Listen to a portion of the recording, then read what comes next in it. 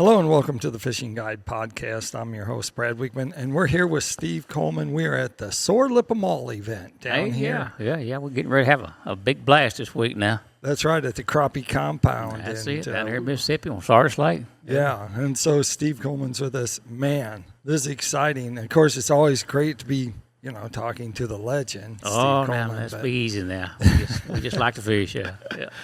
Tell us, what are you going to do down here? You're going to take some people out fishing, aren't you? We're going to put a couple of people on the water, the ones that won the trips, Yeah. And we're going to do a little bit of power trolling, just a little bit of everything, spider rigging, live scoping. Right. Yeah. Yeah.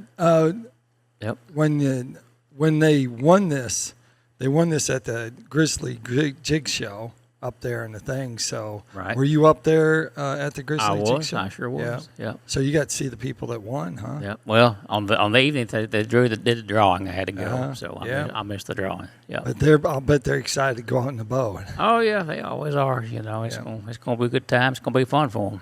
Let's talk about fishing. Let's talk a little bit about the ambush pole. Tell them what it's about. All that ambush pole, it's been a pole in the making for the last couple of years, and this was my first full season to use it guiding. Oh, right. And, but it's an awesome pole. It's a telescopic pole. It's 24.5 foot long. And all I can say, if you want to have a barrel of fun, that ambush pole is it. I start my customers out on like the little mighty pole through B&M. Right. It's a 20-foot pole. It's a lot lighter. And about midday, I graduate them from the little mighty to the ambush. And after they fish with that longer pole, they're hooked. I mean, it's awesome to see them catch those big fish, at 20 foot from the boat. And that's made. It's carbon graphite fiber, right? It is. It's carbon graphite. It sure is. I mean, it's a tough pole. You wouldn't think a 24-foot pole would be a good crappie pole. But, these fish, especially the bigger fish, when they get inside that 20-foot range, like 18, 17, 16, they know that boat's there. They turn around, they go the other way. So, you're picking them off there at about 18 and 19 foot most of the time. Wow. What are you using, lures? Are you using minnows? Man, it's sometimes I use jigs, the crappie magnets are the best, the Mardi Gras and show enough are my favorite colors. Right. But I also use live bait on a little split shot and a sinker, It's either or, sometimes if they won't bite that live bait, you can put the jig on them, they'll bite the jig. Isn't that crazy? Yeah. Tell us why that happens. Tell us, you fish so long, you should have an idea of why they'll bite that artificial, and sometimes they'll bite that minnow, but they won't bite either one. Sometimes I think that minnow, the way they feel that minnow versus the lead on that jig is a different feeling to them, It's like a radar. And sometimes they react to that jig a whole lot better than they will that minnow. And like I said, vice versa, it's the other way around. So I've got both in my boat. Right. If they'll bite that minnow, I stick the jig down there. Most of the time I'll catch him on the jig. All right. Let's talk a little bit about fishing Sardis in, let's say, July and August. If you were to come down here in July and August, how would you fish this lake? To me, those fish are going to be out mid-lake. Right. They're going to be roaming fish. Either spider rigging, as people call it, which I like a slow trolling. Spider rigging to me is like a bad name. Right. I like slow trolling, minnow rigging. That's what I like. Those double hook minnow rigs, by B&M. Wow. Hey, they're awesome. On Sardis, 3/4 ounce, 1 ounce rigs are perfect for catching those big fish. And if you like to power troll, power trolling's a good thing. Long line and crankbaits, when it's hot. Just get on the water, kind of experiment with either or. Right. And see which one works for you, Talk about that double rig setup. It's just a two hook rig. Yeah, it's got a sinker in the middle of it. Comes from the 1/4 ounce all the way up to 1 ounce. Right. And as it graduates to the larger sinker, the lines are longer, see. Right. And that's what makes it so good for these southern lakes. There's no stumps out here in Sardis. There's very few in Grenada where you catch these fish in the springtime. In the summertime when it's hot. And it's an awesome rig. It's been here. It's been around for ever since I was little. You know, I got a quiz for you. When did they first come out, you think, with that double rig? Because you've been around a long time, so you should have a rough idea. When I was a kid, you know, on Reelfoot Lake, that's where it originated from. Right. You know, but when they started putting them in packages. Right, it's been pre-rigged, already set up because you used to have to hand tie these things all the time. All the time. You probably do it in your sleep. Well, you know, back in the day, they made some of these double hook rigs. They put big wire keepers on them, and the line was so big you could crank an outboard with them. You know, it's something else. We just refined it, made it where they would catch fish. You know, right. And what year do you think they came out with that? In the do you think in the 80s? Was it before? It was after the 80s. I'm gonna say 90s? It's been more than 10 years ago. You know, more than 10. Yeah. Well, that's got to be a time saver. There's a bunch of them around. I'm gonna tell you. What else? What else do you use that has been around for a long time? What would you not leave? That you have to have in your boat? That BGJP by B&M. Oh, all right. The jig pole. Right. That's it. I mean, it's been our bread and butter for many years. You know, we've got the capstan cone poles, which are great. You know. Right. But that BGJP jig pole, the original pole from B&M. Right. I mean, you can't match it. I mean, it's there. I mean, there's no perfecting it. It's top quality. I mean, it's number one to me. Yeah. What do you think when you're trolling in that situation and you have them out in front of you and you're slow trolling out in front? Give us 3 important things that you need to do to be successful. The most important thing is boat control. You know, if you can't control your boat, I mean, you're behind the game. That's it, you know. And your equipment, you know, just like the pole. Right. You got to have a good quality pole. You got to be able to see that bite on there. And the third thing, you got to have the right equipment. Okay. You know, just like that double hook rig. You know, if you can control the boat, you got the right pole, and you got the right rig, you're gonna catch some fish. Right. I mean, that's it. You know, it works. Because most people think a hit is when the rod goes down, right? But that's not always the case. That's not true. When you see that bite on that rod, you know, we learned this from LiveScope. Okay. I can watch that fish on that screen. When he bites that hook, you'll never feel him most of the time until he turns and takes off with it. That's when you're seeing that bite on that pole. He's had that hook in his mouth for 3 to 5 seconds. You know, that's the difference. That's a long time. That's a long time. Yeah. Yep. And so, and you're from the old school, and you like live scoping. I like live scoping, but I still like trolling now. Right. That slow trolling is, I mean, it's relaxing. You know, if you like to fish with your partner, you know, whether it be your wife or your friend or whatever, right? I'm gonna say just go trolling. You know, because you're both gonna have fun. Right. You know, with a live scope, that's a one-man game. That's it. You know, one person running the motor, and that's one's gonna be catching the fish. Right. You know, I've got many customers, you know, I guide.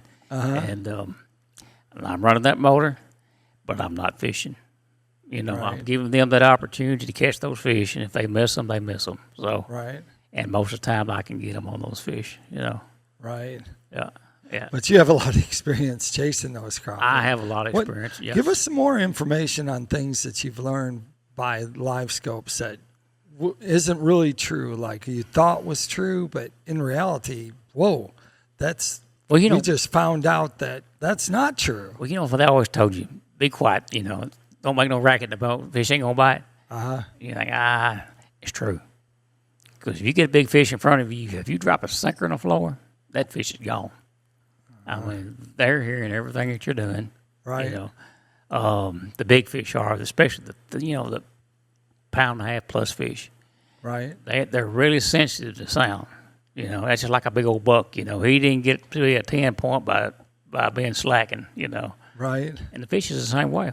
I mean, you're not going to catch those big fish unless you're quiet and you can sneak up on them. Right. That's why we use the ambush. That's why it's called ambush. That's why it's called ambush. That's right. Yeah, I have one I've caught some fish on. They're a lot lighter than you expect. They are. And after you practice a while, of course you don't need no practice, but for other people that practice some, you get used to it. Yeah, you know, just the days that I have my customers in the boat and I've got 2 poles laying there. Right. You know, let's get ready to go fishing. They look down like, where's your poles at? I pick it up and it's about this long, I said, well, it's my Right. Mickey Mouse pole. Then I get to put it out there and they're like, good Lord, how long that thing? but they like it. I mean, it's a good pole. What other tips do you have that you can give to someone, and maybe someone that's not live scoping, but they're just going out and they're fishing for fun, and say they don't have, all the whole setup for slow trolling. Mm-hmm. If they have a couple rods, could they long line out the back with the trolling motor? Man, just I don't know really how to say that, but you need more than just 2 rods these days. Especially on these crappie. You should own a rod company. Yeah. you need more than. Yeah. But just get you a good setup that's comfortable with you. If you just got 2 poles, I get in the end of the lake with a structure. Get you a slip cord and start pitching to that structure. Oh, all right. I mean, that's more fun than a barrel of monkeys. I'm gonna tell you. Right. Yeah, just like on Grenada down here. That's all we used to do. We get up in that shallow water where them stumps will stick up, and we'll take that slip cork, just pitch right up to it, and it'd go right under. And sometimes those fish will be 2.5, 3 pounds. Wow. So you can still do that. The way that we used to catch fish, it hadn't gone away. We just stopped doing it. Right. Yeah, we just stopped doing it all. So that should be good. The fish aren't used to seeing that technique. No, but you know what? We're live scoping these fish out in a little deeper water because they're easier to see. Right. All those shallow water fish, they are safe now. Uh-huh. Yeah. Well, they're safe until They're you show up with the they're ambush rod. Yep. Interesting. But we catch a lot of big fish. But here in the last few years, Right. those big fish, I tend to just put them back in there. Right. Let them go. A fish not gonna live 7, 8 years anyway. What I've been told. That's what I know. Right. It's the eating fish are 11, 12 inches long. You catch a big female that's got millions of eggs in there. Kind of just put her back in there, let her do her thing. Right. She may not live another year, but she's gonna get rid of those eggs that year. So let's talk about lure colors, because you talked some about lure colors. Right. What do you think? How are you going to pick your lure colors? When you go out, how are you deciding what are you going to use for Anything's lure got color? chartreuse on it. And my favorite color is pink and chartreuse.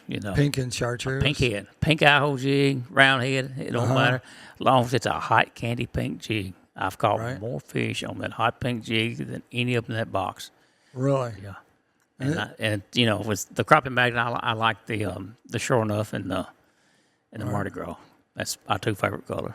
Have you used that, pink, black, and chartreuse? Like that I combination? like black and chartreuse. It's a good combination, right? Yeah. Right. With the pink head? Pink I've head. done pretty good on that color. Pink head. Pink head. Pink head. Pink head. It's got to be No pink. matter what? No matter what. No matter where you are at, pink Yeah. head is something about it. Yeah. I know down here in Mississippi, the orange heads at Grenada are pretty good, Right. Oh, they love their orange. Orange. I can't believe you don't, when you go over to Grenada, you don't have I a have couple bags of I oranges. have going. orange, but that pink head to me, it's Really? it's a confidence builder. What it is, it's what you have confidence in. If you've got confidence in your jig, you're gonna catch fish off of it. Let's talk about the size of a jig. So in the winter, we've seen this big craze where people are using minnow shape soft plastics for them, but they're bigger. They're like 3 inches and things like that. I think Magnum size. I guess. I don't ever use oversized baits. You don't? No, I'm an inch and a half, 2 inch. Just something that's medium size. No matter what the water clarity is? No matter what it is. I use about the same thing all the time. I do just as good on that. I know some lakes where you got black crappie, deep water lakes like Del Holla. Right. You really got to get down to some 64, 30 seconds, something real small. They're finicky. 2 pound test line, 4 pound test line. Right. I hate them lakes.